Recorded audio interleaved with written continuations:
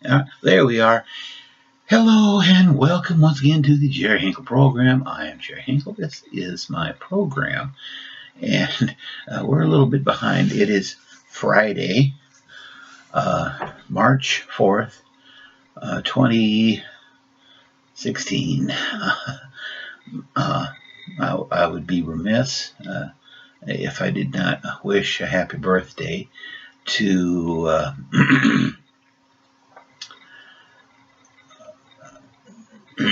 to my niece Brittany, who is my oldest biological niece.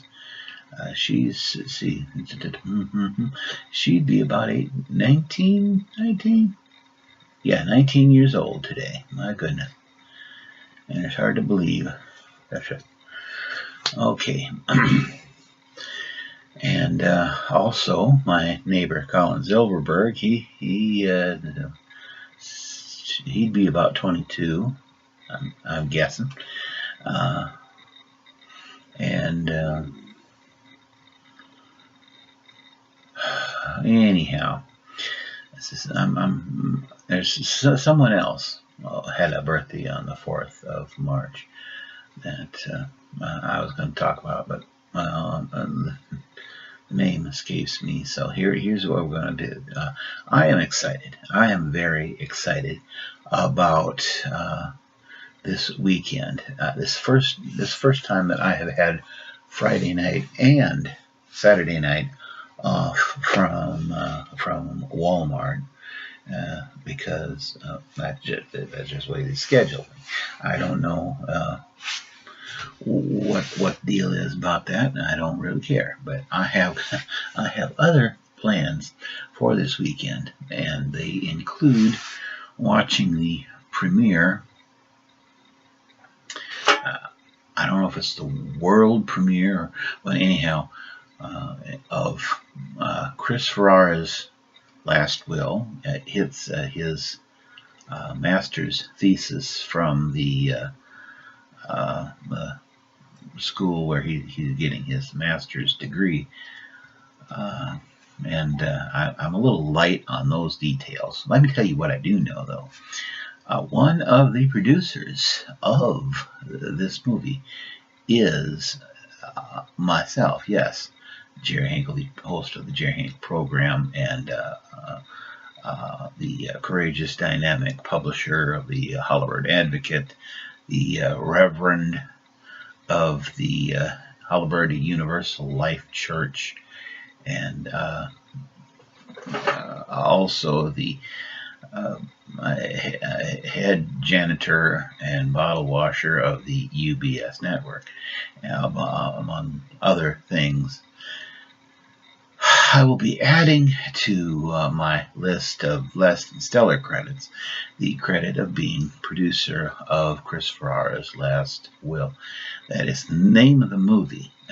I'm not producing his a legal document that disposes of his estate as he sees fit. No, this is his master's thesis movie. Well, a while back, he was engaged in this new thing they got going on called crowdfunding. At least it was new back then.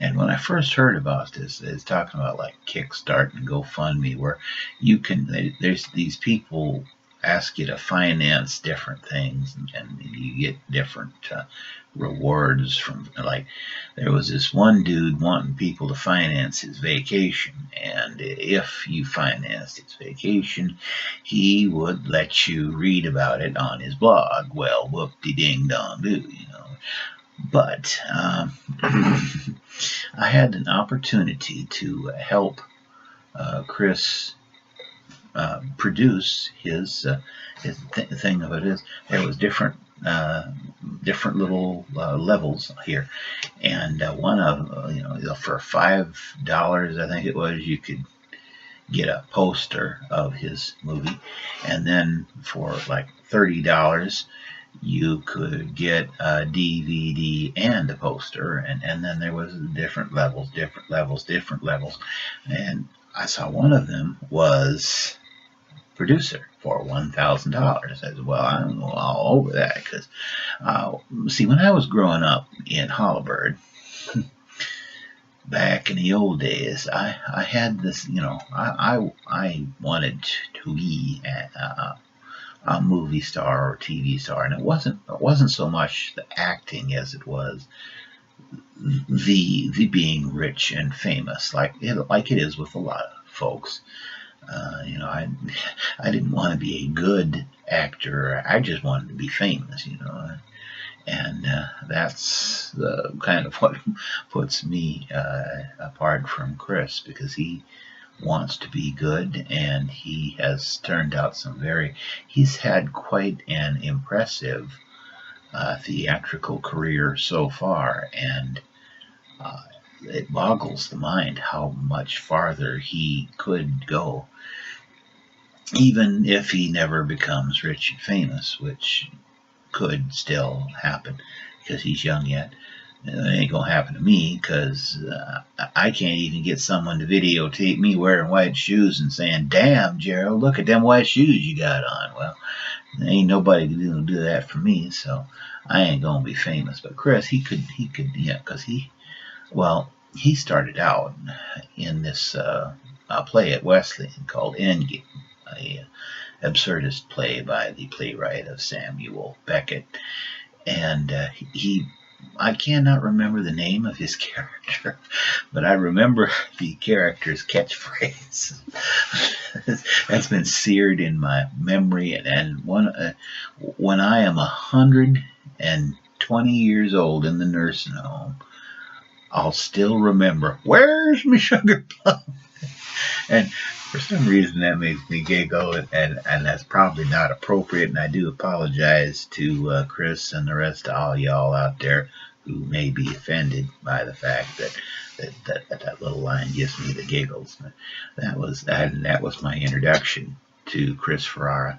Wasn't too long after that, I was on my way out the door and going back home, and kind of ruminating everything in my head because I had to write about Endgame for the Freno later on that month, and and I bumped as I was leaving to go home. Chris Ferrara was right there. I don't know if he remembers that, but for some reason I do. I was that impressed. And it wasn't too long after that, Chris sent me a request on the Facebook, and then I don't know how long ago that's been, but it wasn't too long after Endgame, and that's how that happened. And we have been friends ever since. And he has, like I say, been doing some great work. He was in a couple of plays that I cannot remember the name of. I can't remember the name of his character. He was in Macbeth, though, and let me tell you something. That when he played King Duncan in the Macbeth, and my goodness, when the time came for Chris to be murdered, he was murdered off stage. There was very little blood involved in this production of Macbeth, but when he screamed out in pain, it shook the foundation of my soul, because I could just, it was like, it was palpable, the amount of, and he's real good at screaming out in pain. And a lot of that screaming out in pain was because of his acting partner. Now, as a matter of fact, this young lady, and I'm not going to tell you her entire name, but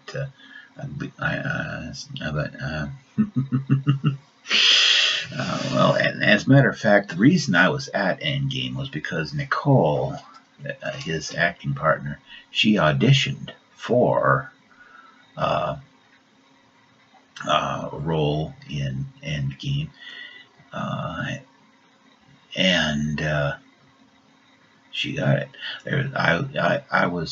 I interviewed two people for that, and one of them got a role, the other did not. And so I was, kind of following up with Nicole, and she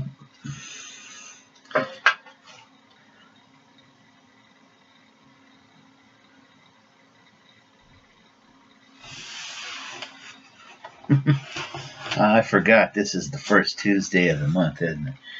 You can't hear that, I hope, but that it's it's just usually it's a whole lot louder, but the tornado siren is going off, and I forgot it's the first Tuesday of the month, which makes sense because it's only on the 4th. But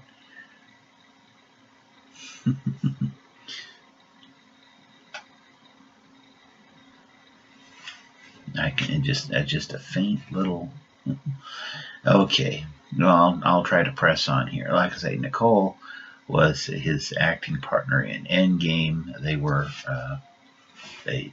opposite each other, you might say, Endgame, and she was in a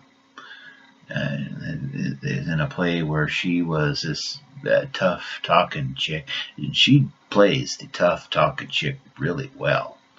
You would think that she's a sweet little lady, but she is able. I don't know where that comes from. That's acting is what it is. Because she could, and well, she probably is tough when she has to be, and she played this tough gal who she was delivering electric shocks to Chris's character from a stun gun or something like that. If I remember, and he was screaming out in pain at that, and it was funnier than it should be because you shouldn't laugh at stuff like that. And then there was also a play that I forget the name of where he was playing a would-be rapist, and she got the upper hand on Chris's character. Raul, I believe his character's name was, and oh boy, that was very intense too, and they worked very well together in those 3 plays, and maybe several others that I don't remember too well. And no, they did great work, and he did great work when she wasn't around. I can't remember if she was in Macbeth or not, but I know Chris was, because you can't hardly miss that. And he also directed a show called The Lady or the Woman in Black or something, and there was this lady in black on stage, even though she wasn't there. It was a special effect that Chris somehow figured out how to do, and that was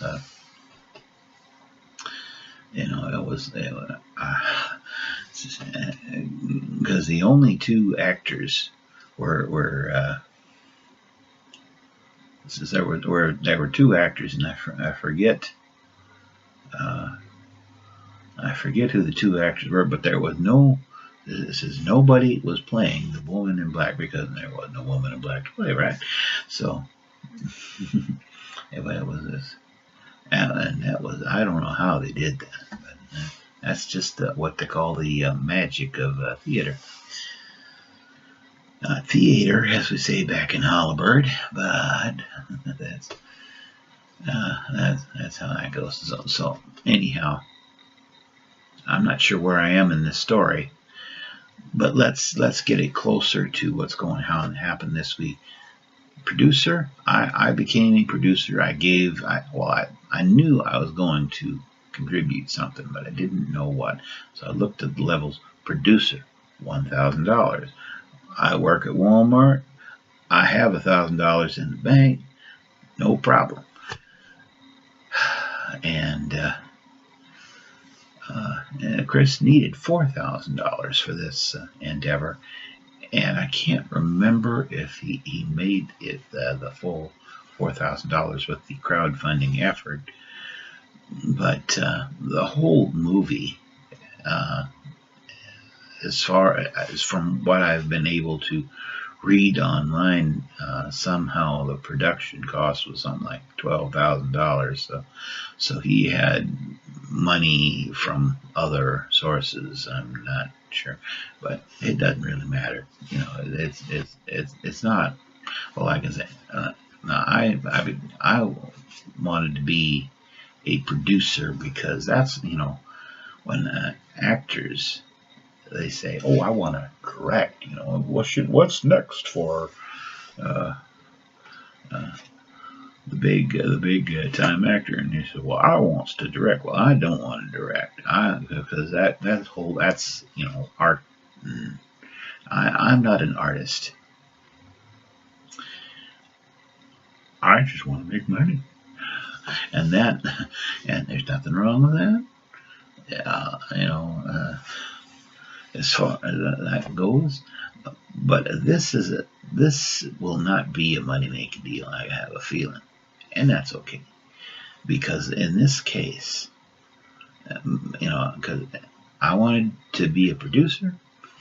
Uh, Chris wanted to make a movie, so we kind of made each other's dream come true that way, and that's what you do for your Wesleyan family. Is you know you uh, you kind of look out for each other. And I was glad that I was able to do that. And there was other people that contributed too. Like I say, the crowdfunding, they tried to raise $3,000, $4,000, and they nearly did, but I don't think they may have, and I just don't remember. But I was But I was thinking, boy, if I had to sell a kidney or something like that or whatnot to make that last whatever, because I had the $1,000, but I did not have the full 4,000, and that it would have took me a whole, and my Spartan lifestyle can afford me to do that kind of thing, and and I try to be as wise as I can with my money, and I could not think of a better way of spending my money, spending $1,000 of it anyhow, than to help Chris out. And as and I am listed as a producer in the on the IMBD website or whatever, and also if you get the DVD, and if you really want to watch the movie, I can make that happen. Because I'm gonna get it. That's what was part of the producers package, was that I get a DVD of the movie, and if anyone who wants to watch the movie, you're sure welcome to. I will make popcorn. I will melt actual butter. None of this margarine jazz. None of the butter flavored Crisco jazz. I'm going to put some actual butter on this popcorn, and we will watch the movie, and we will enjoy it thoroughly, if at all possible. Somehow, I don't know how, but anybody, you just let me know. We'll figure something out. I should also mention that this movie was selected as one of the shorts to be in the short corner of the Cannes Film Festival. That's quite an honor. Doesn't happen to every movie, for sure, and it's happening to this one. And it's a touching story of two brothers who their father dies, and in his last will, he lets them know that he has a third son that he kept secret, and for some reason now is coming, and so they have to. And oh, my pneumonia's coming back. So anyhow, so got to figure out, are they going to take in the son, the secret son, or they're going to let the foster care system do with him what they will. And of course, we don't know what's going to happen. We don't. We could just think, well, maybe this will happen, maybe this won't happen. The only way we're going to find out is watch the movie, which I will be doing tomorrow at 3 p.m. I will be in the Ashley Kringen studio in the bathtub shower unit. I'll take a shower and a bath. I'll have a good nap. 3 o'clock, maybe even 2:30. I will be at the Patton Wing Theater, not theater, in beautiful downtown Mitchell's Dakota Wesleyan University campus there, and we're going to watch the movie. We're going to see. Chris going to be there, and he's bringing the fellow that directed the movie, and so that'll be nice to see. Apparently, that's I really don't understand that, but apparently, that's the way they do it. And so I'm gonna see, and maybe if they are amenable, I will bring y'all along, and we'll do another episode of Jerry Hinkle program at the Patton Wing Theater. So that's theater. Goodness, I'm turning into Halliburton all over. It's this shirt. See this shirt. We're talking about Granddad's birthday, and right there it says Halliburton. I keep saying theater for some reason. Anyhow, so we'll go to the Patton Theater. Maybe we will go to the McGovern Library and do something there. Who knows? I might do something somewhere. Well, maybe, and of course, maybe I won't. We'll just see how that goes. It would be so nice if we could get anyhow. I hope you'll like it. If you don't like it, then you don't have to watch. That's the wonderful thing about this program. If you don't like what I'm doing, you don't have to watch it. But I'm glad that you do watch, because I enjoy doing this with you every chance I get when I don't have pneumonia or 10,000 things going on at the same time. And my goodness, my beard is gone. Artie is pulling that. Well, actually, what happened is I shaved. My mom got my beard off. There's this beard trimmer on my Norelco shaver, and I just used. I tried to shave with a disposable razor, and that just wasn't getting the job done. My beard was done got too thick, but it took me a couple of days, but I whacked it off with the Norelco beard trimmer, and then I finished it off with it, and I'm starting to get a little growth though, but we'll take care of that later on. And that's what happened was I was stroking my beard, and and I realized, stroking my beard, it gives you wisdom when you stroke your beard.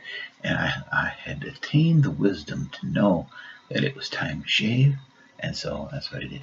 And one time I saw on The Big Bang Theory, Sheldon was talking about how people make better decisions on a full bladder. So I tried that one time. I got a big old jug of sweet tea, and I drank a half a gallon of sweet tea. And my bladder started to get full. First thing my bladder said to me was, "You probably should go to the restroom, Bubba." So I went to the restroom. Unfortunately, my feet did not move as fast as my mind would have liked it to. My decision-making process, it was a good decision, yes. It just took too long. By the time I come to that decision, my feet couldn't get me to the restroom on time. To the well, uh, very predictable results happen. And if you don't know what happened, I'm not going to tell you. Why don't you guess in the comments? And if I give your comment a like, you'll know that you guessed right. And I will. So will everyone else who sees that I liked your comment. Anyhow. Yes, I am a little excited about. I'm very happy to see what Chris is going to come up with in the movie. I've seen the trailer. The trailer is very exciting. I auditioned for the trailer somewhat. I wrote something for the trailer, and it was not accepted. As a matter of fact, uh, if you get a chance to see the trailer, it is on YouTube, and I might, if I can do, I'm gonna put a link on that. You can watch the trailer at least, and we'll see about the rest of the movie after a while. I see anybody that wants to, but I will put the and you will notice that there's no voice overing in the trailer, and that's part of the artsy thing that I don't understand. I was in a world where in a world where they were the perfect family, and then a legal document reveals a secret son. What will they do? What will they do? Well, Chris liked it, but he did not like it enough to actually do that. And well, of course, he did not hear my authoritative delivery. He just read the words on paper. It's hard to. Even I can't breathe words into existence. I guess there's some things have to be thought of, and yeah. And so, Heidi Lusk. Heidi Lusk is a young lady who went to Wesleyan. And she is as far as I know, she had nothing to do with Chris Ferrara, but she was